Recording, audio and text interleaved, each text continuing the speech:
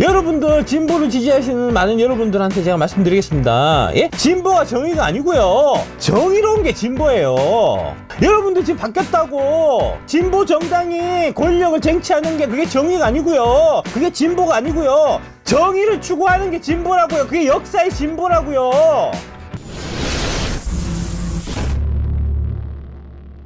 신뢰의 기초는 정직과 일관성이다. 권민우 앵커님을 처음 뵀던 방송이 조정 올 수도 있죠. 25년을 봐야죠. 이제 50만 이제 마크가 있는 7월 5일 날 녹화한 거고요. 근데 7월 27일 날 22일 지나갖고 올리면 어떡하자는 거야, 진짜. 제 인생에 이제 가장 큰 영향을 준 이제 워렌 버핏의 조언이 바로 이겁니다. 신뢰는 만들어지는데 평생의 시간이 걸리지만 그 신뢰가 무너지는 데는 5분이 걸리지 않는다. 그걸 명심한다면 당신의 행동이 달라질 것이다. 이거를 제가 항상 마음에 두고 살았어요. 실제로 신뢰가 무너지는 건 다 5분이면 충분하기 때문에. 그래서 제가 1999년 이제 애널리스트 할 때 지점장님이 한 기업에 이제 자금을 크게 유치를 하셔갖고 자금을 유치한 조건으로 이제 우리 기업에 리포트를 좀 좋게 써주라. 기업 방문하고 리포트를 썼는데 써서 밸류에이션 안만 해봐도 매수 의견이 안 나오더라고. 그래서 내가 못 쓴다 그랬어. 난 못 쓰겠다. 난 못 쓰겠다. 예, 나는 네. 양심상 못 쓰겠다. 매수가 안 나온다, 이게. 그렇게 해갖고 난리 났죠. 신뢰가 무너지는 데는 5분도 걸리지 않기 때문에 저는 신뢰를 가장 중요하게 생각하는 사람이기 때문에 네. 제 양심을 속이고 이제 제 신뢰를 무너뜨리면서 이분의 청탁을 제가 들어드릴 수가 없었죠. 끝까지 나는 매수 못 쓰겠다. 버텼죠. 그럼 직장 잘리면 잘릴 거 각오하고 나는 진짜 목에 칼이 들어와도 아닌 건 절대 아닌 사람이기 때문에 내가 직장에 잘려갖고 다른 뭐 회사를 가는 한 있더라도 나는 절대 안 써주겠다. 불이익 받은 건 하나도 없고요. 오히려 이쁨만 더 받았어요. 예, 이 새끼 소신 있는 새끼네. 이래가지고. 그 다음에 이제 2001년도에 제가 이제 벤처 투자팀 할 때는 사장이 그때 이제 대한투자신탁이 조금 이제 공기업 비슷하게 이래갖고 이제 외부에서 사장이 오거든요. 다 정치하고 또 연결되니까 청탁을 한단 말입니다. 우리 벤처 기업에 투자를 좀 해달라. 대한투자신탁에 벤처 투자 자금을 여기 좀 해달라. 그걸 내가 검토해갖고 단 하나도 거기 투자를 안 했다는 거 아닙니까? 보고서 열심히 써갖고 이거는 이런 이제 트집을 잡아갖고 이거는 투자하면 안 되는 회사 그런 것들이 엄청 많이 왔어요. 한 수백 건 왔을 거야. 수백 건의 투자 불가 보고서를 내가 계속 썼다는 거 아닙니까?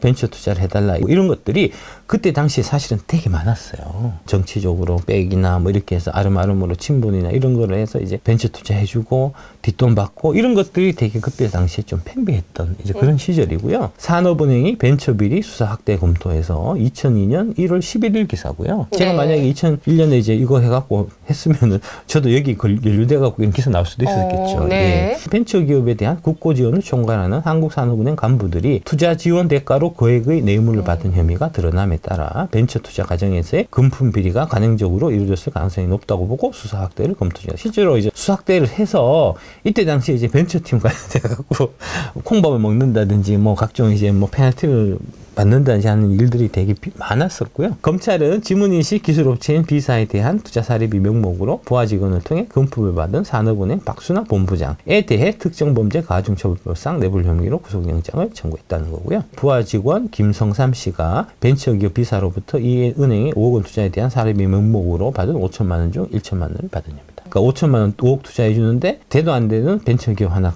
만들어서 갖고 와서 거기에 이제 산업은행이 5억을 쏴주면 걔가 리턴 10% 이제 5천만 해주면은 그 중에 1,000만 원을 또 이제 본부장한테 상납하고 이제 이런 구조였다는 거죠. 이때 당시에. 2000년대 초반은 벤처의 실행기였다. 이때가 이제 제가 벤처팀에서 그 사장님이 갖고 오시면 거절 했던 그 시대였고요. 2000년 10월부터 터지기 시작한 4대 게이트 때문에 벤처는 사기꾼이라는 인식이 강해졌고 이와 함께 벤처 거품이 꺼지면서 투자 분위기도 가라앉았다. 투자가 끊기면서 많은 벤처가 문을 닫았고 스타 창업가로 주목받던 이들이 구속되는 사태도 벌어졌다. 그렇게 2000년대 초반은 벤처에게 아픈 기억으로 남아있다는 거고요.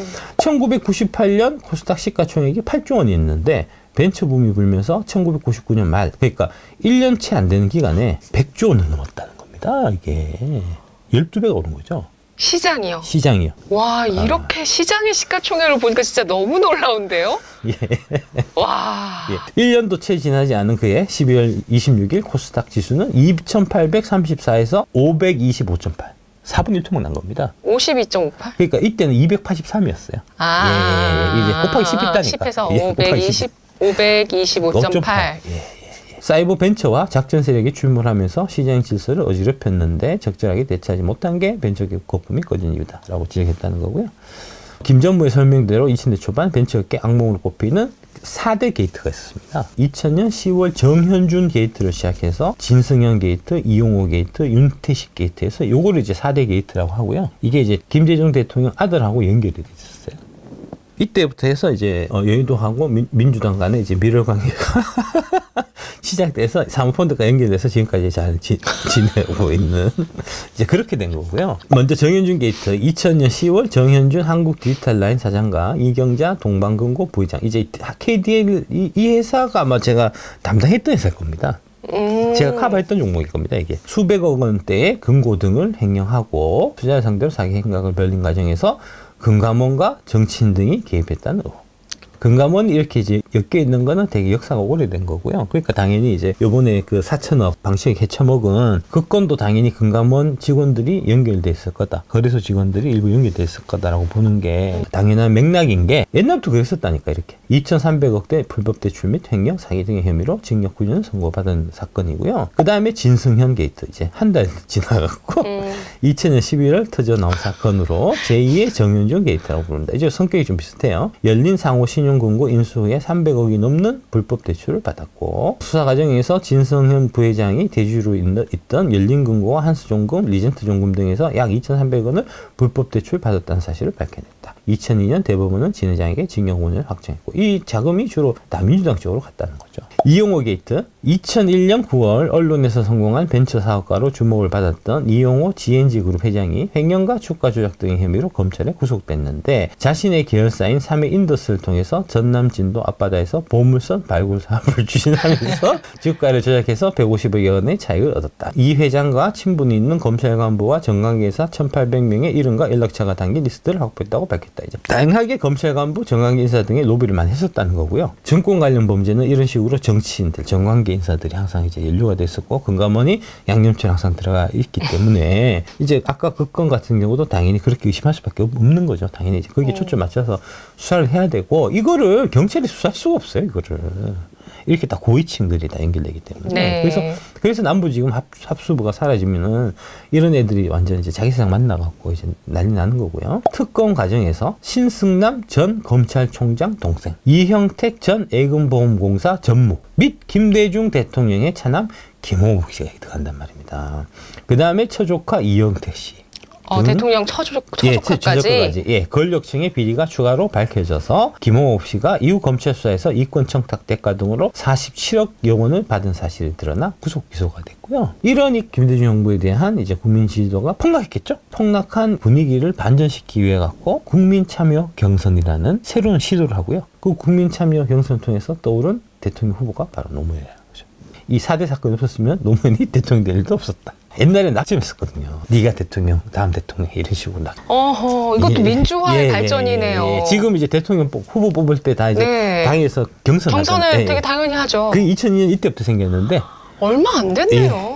윤태식 게이트가 이제 수지김 사건이라고 아마 이름은 대충 들어보셨을 겁니다. 1987년 홍콩에서 윤태식이 부인 수지김을 살해했는데 자신은 미립북 미수 사건의 피해자라고 조작했다. 당시 안기부가 진상을 은폐해줬기 때문에 가능한 일이었고 이 사람이 한국에 들어와서 지문인식 기술을 개발하는 패스21이라는 벤처기업을 설립해서 사업가로 변신을 했고 이 패스21이 고속 성장할 때 정관계 인사에 비호가 있었다는 이렇게 분위기가 이제 이 4대 게이트 때문에 이제 벤처 투자하는 뭐 이런 것들이 이제 박살이 났고 분위기 좀 바꿔야 되겠다 해서 이제 국민 참여 경선이 그래서 이제 시작된 거고요. 그때의 얘기를 이제 영화로 만든 게 바로 노무현입니다. 요 무렵에 그 문재인 대통령이 당선됐어요. 그러니까 문재인 대통령이 맞아요. 이제 대통령이 된 게 사실은 이제 노무현 대통령에 대한 이제 향수 때문에 된 거니까 다큐멘터리 영화로 치고는 엄청나게 많이 몰렸죠. 185만 명이라는 이제 엄청난 관객을 동원한 거고요. 평점도 좋네요. 이분이 이제 요 영화를 만드셨고요. 네. 그리고 5년 지나갔고 이제 문재인입니다라고 또 이제 아류작을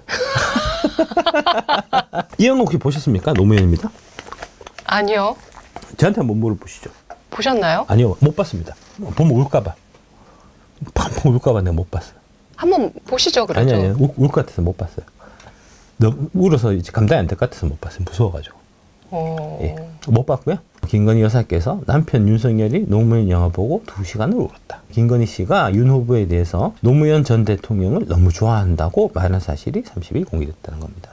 너무 순진하고 영화 보면 매일 운다. 노무현 영화를 보고 혼자 2시간 동안 울었다. 이어 정의라는 것은 항상 시대마다 바뀐다라며 사람들이 정의의 편을 들어야지 무조건 진보니까 진보 편을 든다. 그렇게 해서도 안 된다. 그건 정의가 아니라 하나의 비즈니스다. 라고 말했다는 거죠. 이영수 기자님 고추 떼셨습니까? 라고 제가 물어보고 싶습니다. 왜냐하면 이 네. 내용 중에 이 빠뜨린 내용 중에 뭐가 빠져 있었냐면은 김 씨가 김건희 여사께서 이영수 기자한테 오늘 통화는 기자님과 저희 개인적인 인연이라 생각하고 끊을게요. 내보내지 마세요. 라고 하니까 이 이명수 기자가 저 남자입니다. 라고 안심시켰다는 거예요. 그래 놓고는 다 깠잖아. 아주 핵심 부분만 빼고 다 깐 거잖아요. 남자라며. 그 남자라고 이제 약속 안 지켰으니 고추 떼야지. 고추 떼야지. 남자는 약속이군요. 약속을 지켜야죠. 네. 이게 뭡니까 이게 진짜 추잡하게. 나 이때부터 진짜 싫었어. 너무 싫더라고 나 이거 진짜. 이런 식으로 자꾸 정치를 하니까 정치가 자꾸 막장으로 치닫는 거 아닙니까? 이런 거를 민주당 지지하시는 분들 어쨌든 간에 이렇게 해서 이재명 대통령이 당선될 가능성이 높아지니까 박수, 이영수 기자님 의인 이런 식으로 하니까 더 나라가 개판되는 거 아닙니까? 정치가 더 혼돈의 이 도가니로 빠져드는 거잖아요. 그때도 박근혜를 탄핵시킨 건 보수야. 진보가 아니라. 바보 같은 것들이 진보 문재인이 탄핵시켰다고 생각하는데 그게 아니야. 보수 내에서 탄핵시킨 거야. 최근에 상하고 이제 오버랩 되죠. 한모 씨가 탄핵시키려고 오만 잡수작 부리는 거 이해되죠? 옛날에 박근혜 때 똑같았어. 박근혜를 탄핵시킨 거는 김무성하고 유승민이지 문재인이 아니었다고요. 처음부터. 이 이영수가 디올 파우치 그 사건도 이 새끼가 만든 거예요. 이 새끼가 디올 네. 파우치를 백화점에서 사가지고 최지영이라는 사람한테 넘겨줘서 갖고 공작하세요 라고 지시한 사람이 이영수라고. 이 새끼 아니 이런 식으로 뒷박쳐갖고 한 여성을 이런 식으로 이제 담그려고 하는 거에 대해서 왜 사람들이 분노하지 않는 거예요? 이게 이상하다고 왜 안 느껴져요 도대체? 민주당 지지하시는 분들한테는 진짜 물어보고 싶어요. 예? 아니 수단 방법을 가리지 않고 이기면 그걸로 끝입니까? 어떤 이런 뭐 추잡하고 이렇게 이제 신의를 저버리고 뭐 이런 일을 해도 아무런 관련이 없는 거예요. 여러분들은 그렇게 생각하시는 거예요? 아니 이거는 해도 너무한 거 아니에요. 접근해서 누나 접근해서 저 이제 기자님 믿으니까 제가 이제 뭐 제 마음 있는 얘기 할게요. 절대로 기사하지 마세요. 내 철떡같이 제 약속 지킬게요. 제가 남자잖아요. 얘기해놓고 이렇게 담그고 사람을 그 담근 걸로 부족해갖고 디올백을 사서 최재형이라는 사람한테 넘겨갖고 그 공작해서 그걸 갖고 또다시 판문 지르고 하는 이게 진짜 이게 사람의 탈을 쓰고 이게 할 수 있는 행동이냐고 이게. 우리 편이 이기는 게 선이고 이기기 위해서 뭔 일을 해도 아무 상관이 없다는 거죠. 지금 그렇게 생각한다는 거죠. 사람들이. 이거는 너무한 거예요. 이렇게 가서는 안 돼요. 나라가 진짜로. 예? 여러분들 진보를 지지하시는 많은 여러분들한테 제가 말씀드리겠습니다. 예? 진보가 정의가 아니고요. 정의로운 게 진보예요. 여러분들 지금 바뀌었다고 진보 정당이 권력을 쟁취하는 게 그게 정의가 아니고요. 그게 진보가 아니고요. 정의를 추구하는 게 진보라고요. 그게 역사의 진보라고요. K-배터리 레볼루션, 이제 박순혁 지음, 이제 핵심 요약해서 이제 블로그 내용입니다. 1번, 전기차가 대세인 것은 분명하다. 2021년 기준으로 전기차 판매는 전체 차량 판매의 10%도 안 된다. 앞으로 무궁무진한 확장성이 보장되어 있는 시장이라는 얘기다. 그런데 K-배터리의 성능은 다른 어떤 나라의 것보다 압도적으로 우위했다. 그야말로 초격차 기술이다. 그래서 K-배터리 관련 주식에 베팅을 잘하면 무조건 돈을 벌게 되어 있다. 이 내용이 이 책의 핵심 중의 핵심이다. 맞고요. 그렇게 해서 제가 쓴 거고요. 그리고 이 책의 또 다른 핵심 주제가 마지막에 나오는데 배터리 아저씨는 약속한다. 본인께서도 이 8개 회사 중 일부를 정해서 포트폴리오를 투자를 한 후 25년 12월 31일까지는 팔지 않겠다고. 하지만 정말 중요한 건 당신이 내 말을 듣고 이익을 보면 그것은 내 덕분이고 손해를 보면 당신 탓이다. 라고 내가 적어놨다는 겁니다. 책에. 예? 네 탓이라고. 투자해서 잃었으면 네 탓이라고. 내 탓하지 말라고. 벌었어? 그럼 그건 내 덕분이야. 라고 내가 책에 적어놨다고. 네가 시킨 대로 했다. 아니 시킨 대로 한 거 아니잖아. 이익 보면은 작가님 덕분입니다. 손해보면 제 탓입니다. 해야 내가 시킨 대로 한 거라고. 저는 약속을 한 거죠. 약속. 이제 8개 회사 중에서 일부를 정해서 포트폴리오 투자를 한 후 25년 12월 30일까지 단 한 줄로 팔지 않겠다. 이건 제가 철두철미하게 지키고 있습니다. 그죠? 지당하신 말씀입니다. 모든 투자의 책임은 결국 본인이 지는 거니까. 그래서 또 이렇게 구체적으로 어떤 종목을 꼭 찍어서 자신 있게 그것도 출판물의 형태로 추천하신다는 것 자체가 참 신선하고 대단하다고 느낀다. 실제로 제가 이거 박아 놓을 때 고민을 했겠습니까? 안 했겠습니까? 고민 많이 돼요, 실제로. 부담스럽다니까. 아, 이 약속을 하기 전에. 예. 이렇게 해놓고 나중에 결과가 개판이면 사람들이 그 평생 박질에서 남는 거잖아요. 활자로 남는 건데. 그리고 그 약속을 했으니까 제가 지키려고 하는 거고요. 다음, 약속과 신뢰의 관계. 제가 신뢰를 중요하게 생각하기 때문에 이 약속을 지키려고 하는 겁니다. 블로그에서 갖고 왔습니다. 약속의 중요성. 약속은 인간관계의 기초를 형성하는 중요한 요소입니다. 우리의 일상에서 약속은 신뢰를 쌓고 유지하는 데 필수적인 역할을 합니다. 누군가의 약속을 할 때 우리는 그 약속을 통해서 상대방에게 신뢰를 주며 이는 다시 우리의 관계를 더욱 견고하게 만듭니다. 따라서 약속을 지키는 것은 개인의 품격을 높이는 동시에 타인과의 관계를 더욱 깊고 의미 있게 만들어줍니다. 이게 책에 있는 약속인데 내가 얼마나 이게 철두철미하게 지키려고 노력하겠어요. 신뢰는 약속을 통해 형성되지만 단순히 약속을 하는 것만으로는 충분하지 않습니다. 약속을 이행하고 그 과정에서 일관성을 유지해야 진정한 신뢰가 구축됩니다. 신뢰를 구축하기 위해서는 무엇보다 정직과 일관성이 필요하다. 정직은 상대방에게 진실한 모습을 보여주는 것을 의미한다. 작은 거짓말이라도 반복하면 신뢰가 무너질 수 있다. 약속을 지키고 자신의 말에 책임을 지는 행동은 신뢰를 쌓는 데 필수적이다. 이렇게 저는 행동하려고 노력하고 있고요. 그렇게 행동하고 있다고 저는 이제 스스로 자부합니다. 유경철 소통과 공감 대표께서 리더가 신뢰를 쌓는 방법으로 일명 신뢰의 삼각형, 이 진정성, 논리, 공감 이 세 개가 신뢰의 삼각형을 구성한다는 거고, 리더의 진실된 마음을 경험할 때 진정성을 느끼고, 리더의 판단과 능력을 믿을 때 논리로 설득되고, 그 다음에 리더가 사람들에게 관심을 갖는다고 느낄 때 공감, 엠퍼시가 생겨서 리더를 신뢰하게 된다. 진정성은 리더가 구성원에 대해 가지는 진실된 마음이다. 진심으로 구성원을 위한 생각이 느껴지는 마음, 일관성 있는 리더는 신뢰를 얻을 수 있다. 리더 중심이 아니라 구성원 중심으로 생각하고 의사결정을 하는 것도 중요한 포인트 중에 하나이다. 이런 부분들이 신뢰하고 밀접히 관련되는 부분이기 때문에 저는 이제 그 일관성을 유지하기 위해서 되게 많은 노력을 한다는 거죠. 방송할 때도 그렇습니다, 사실.